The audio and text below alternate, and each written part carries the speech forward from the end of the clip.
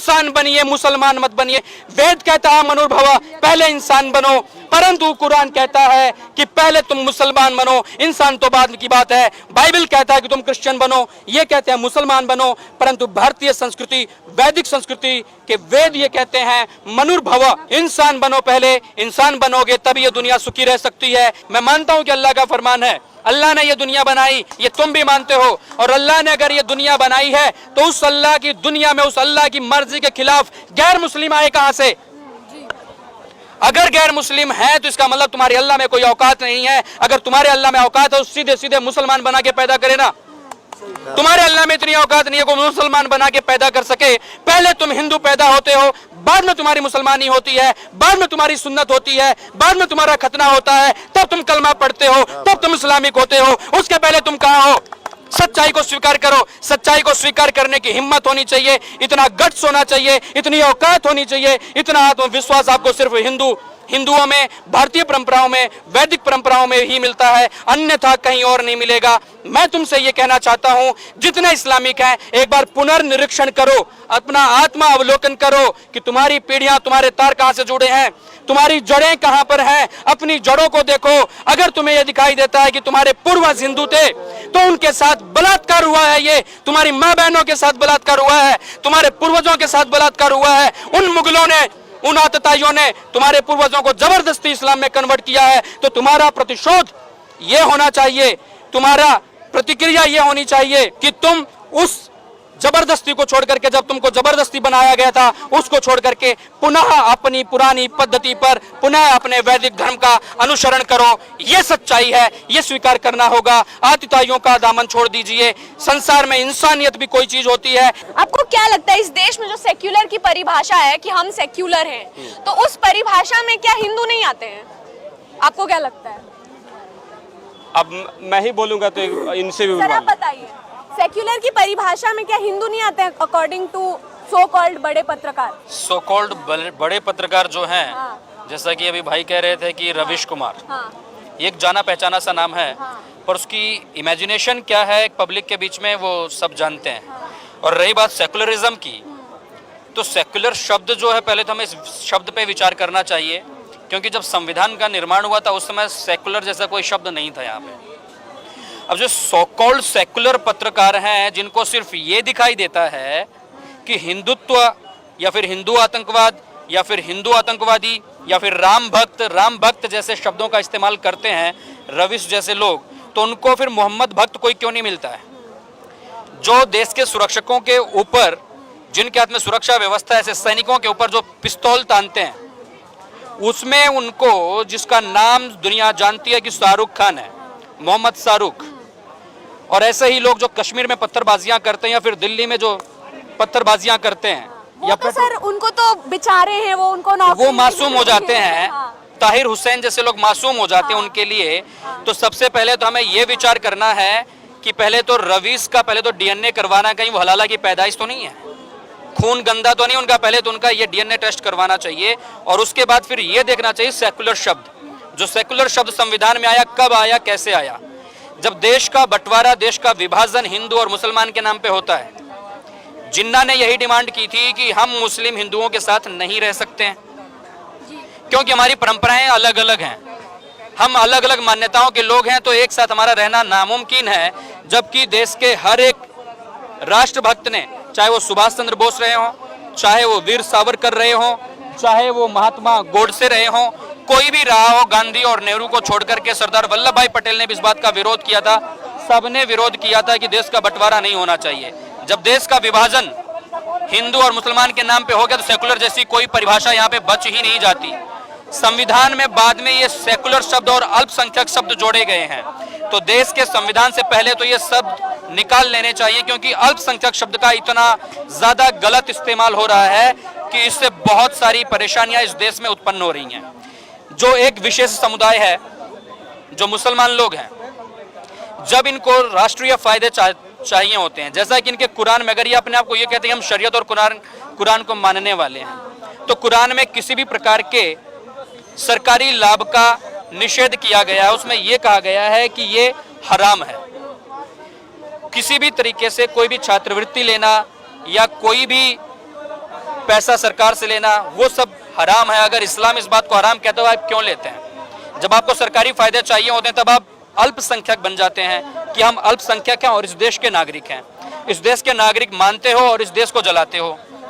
जब आपको वो सारे के सारे फायदे नहीं चाहिए होते हैं, जब आपको सब्सिडियां नहीं चाहिए होती हैं, तब आप कहते हो कि हमें इस देश में नहीं हम इस देश के कानून को नहीं मानेंगे, हमें शरिया अदालतें चाहिए, हम शरिया को मानते हैं, शरिया को ही मानेंगे। तो ठीक है ना, मानिए टोटल शरीयत पे आइए, फिर टोटल शरीयत पे आइए ना, कटवाइए अपने हाथ। शरीयत में जो विधान है उस हिसाब से चलिए। आप दो तरफा क्यों चलते हो? क्योंकि आप हो ही दोगली औलाद, आप दोगली पैदाइश हैं, क्योंकि आप हमेशा एक जगह पे नहीं रह सकते। अंबेडकर ने भी इसी बात को कहा था कि इस्लाम कौम ऐसी है कि इनकी निष्ठा, इनका विश्वास और इनकी वफादारी सिर्फ कुरान के साथ हो सकती है, वतन के साथ कभी इनकी वफादारी नहीं हो सकती है। देश तो क्या, दुनिया में आप देख लीजिए, जहां पर भी ये रहते हैं सिर्फ इनकी वफादारी कुरान के साथ होती है, उस देश के साथ नहीं होती है। जिस भी देश में रहते हैं, जिस देश का पैदा हुआ अनाज खाते हैं, उसी देश में गंदगी करते हैं और उसी देश को जलाते हैं। चाहे आज आप फ्रांस को देख लीजिए, आज आप इंग्लैंड को देख लीजिए, भारत के हालात तो आप देख ही रहे हैं।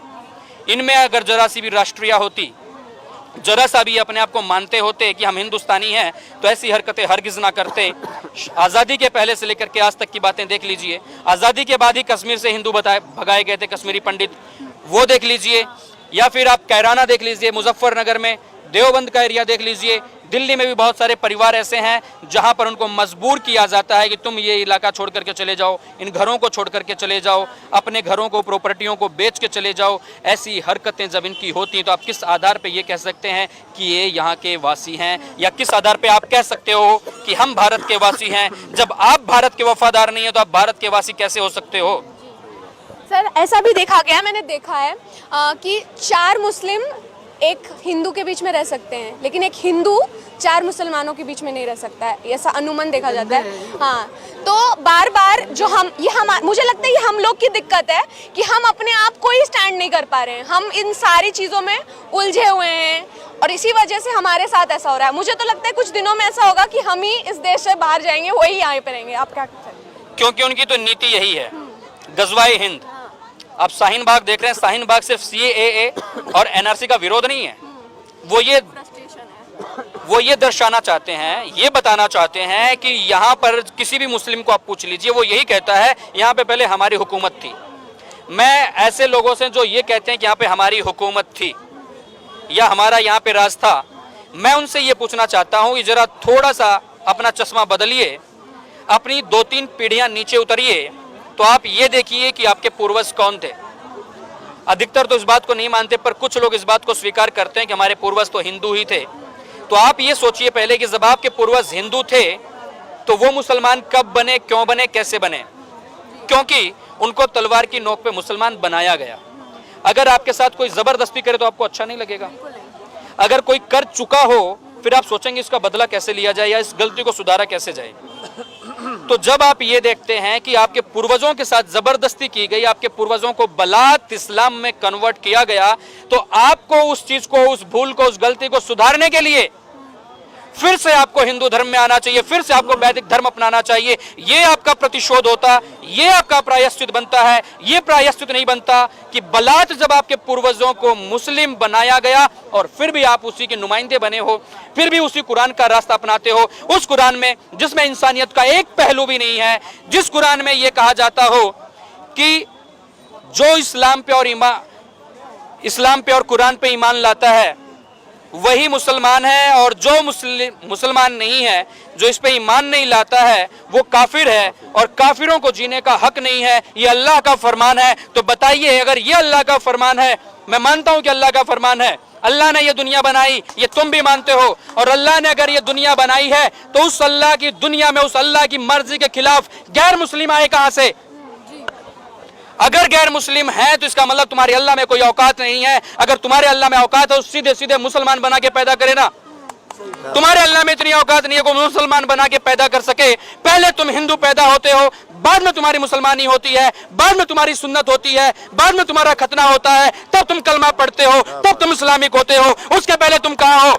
सच्चाई को स्वीकार करो। सच्चाई को स्वीकार करने की हिम्मत होनी चाहिए, इतना गट्स होना चाहिए, इतनी औकात होनी चाहिए, इतना आत्मविश्वास आपको सिर्फ हिंदुओं में, भारतीय परंपराओं में, वैदिक परंपराओं में ही मिलता है, अन्यथा कहीं और नहीं मिलेगा। मैं तुमसे ये कहना चाहता हूं, जितने इस्लामिक हैं एक बार पुनर्निरीक्षण करो, अपना आत्मा अवलोकन करो कि तुम्हारी पीढ़ियां, तुम्हारे तार कहां से जुड़े हैं, तुम्हारी जड़ें कहां पर हैं। अपनी जड़ों को देखो। अगर तुम्हें यह दिखाई देता है कि तुम्हारे पूर्वज हिंदू थे तो उनके साथ बलात्कार हुआ है, ये तुम्हारी मां बहनों के साथ बलात्कार हुआ है, तुम्हारे पूर्वजों के साथ बलात्कार हुआ है, उन मुगलों ने, उन आतताइयों ने तुम्हारे पूर्वजों को जबरदस्ती इस्लाम में कन्वर्ट किया है। तो तुम्हारा प्रतिशोध यह होना चाहिए, तुम्हारा प्रतिक्रिया यह होनी चाहिए कि तुम उस जबरदस्ती को छोड़ करके, जब तुमको जबरदस्ती बनाया गया था, उसको छोड़ करके पुनः अपनी पुरानी पद्धति पर, पुनः अपने वैदिक धर्म का अनुसरण करो। यह सच्चाई है, यह स्वीकार करना होगा।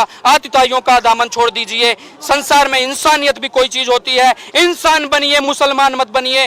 वेद कहता है मनुर्भव, पहले इंसान बनो, परंतु कुरान कहता है कि पहले तुम मुसलमान बनो, इंसान तो बाद की बात है। बाइबल कहता है कि तुम क्रिश्चियन बनो, ये कहते हैं मुसलमान बनो, परंतु भारतीय संस्कृति, वैदिक संस्कृति के वेद ये कहते हैं मनुर्भव, इंसान बनो। पहले इंसान बनोगे तब ये दुनिया सुखी रह सकती है, क्योंकि हमारी ही पद्धति ये है।